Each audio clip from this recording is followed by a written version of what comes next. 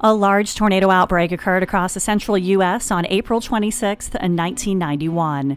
55 tornadoes were confirmed, 30 of which were rated F2 or greater on the Fujita scale. 4 were given a rating of F4, 3 of those in Oklahoma, and 1 in the state of Kansas. The focus of this twister tale will be on the most destructive and deadliest tornado of the day.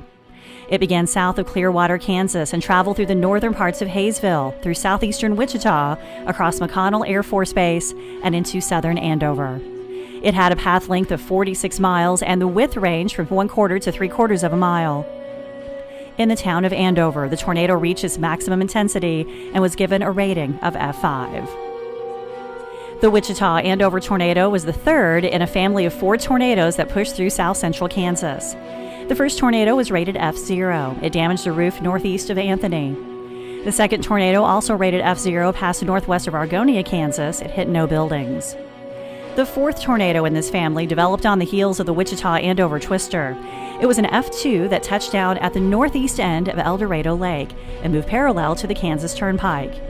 It was during this tornado that a news crew from KSNW took shelter with others under a highway overpass and survived. It caused a misconception that overpasses are a safe place to shelter during a tornado. They are not. Tornado number 3 developed south of Clearwater in Sedgwick County and quickly strengthened. Spotters denoted 3 vortices revolving around each other. F3 damage occurred in northern Hayesville. There was major damage to homes in this area.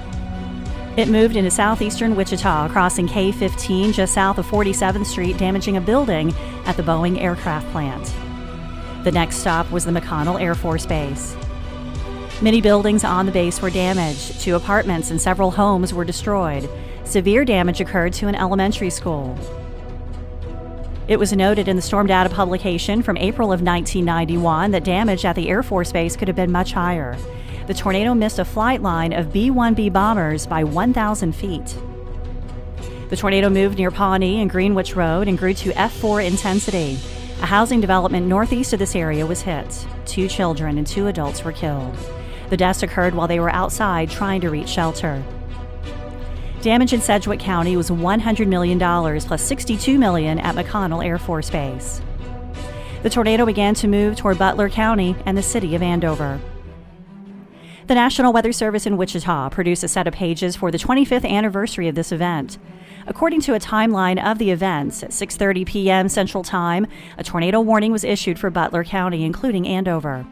The tornado sirens in Andover failed, but at 6:31 p.m., Andover police drove through the Golden Spur Mobile Home Park, warning residents to seek shelter. This park would become ground zero for the F5 damage. The park had a tornado shelter that 200 people utilized. Per the storm data publication, there is a video of police driving through the park urging people to take shelter. Unfortunately, several people are seen not heeding that advice, just going about their own business. At 6:40 p.m., amateur radio spotters reported the tornado east of US 54 heading toward Andover. At 6:43 p.m., the tornado began to move into the south side of Andover, and by 6:45 p.m., the mobile home park was hit at F5 intensity. 223 of the 241 mobile homes were destroyed. 13 people were killed at the park. The storm data publication notes that experienced tornado damage surveyors said the damage to the mobile home park was among the worst they had ever seen. A vehicle found in a field 1/2 to 3/4 of a mile northeast of the Golden Spur was so badly damaged that it could not be determined if it was a car or truck. 84 other frame homes and 14 businesses were destroyed. The tornado moved northeast away from Andover and hit homes on the outskirts of Towanda and then dissipated north of El Dorado. This tornado was the last F5 recorded under the old Fujita scale in the state of Kansas. 16 years after this event, under the new enhanced Fujita scale, an EF5 hit Greensburg, Kansas on May 4, 2007. Details about this event from the National Weather Service in Wichita and from the April of 1991 storm data publication. For more information on this event and many others, check out our website at tornadotalk.com and get hooked on more tornado history by following us on social media.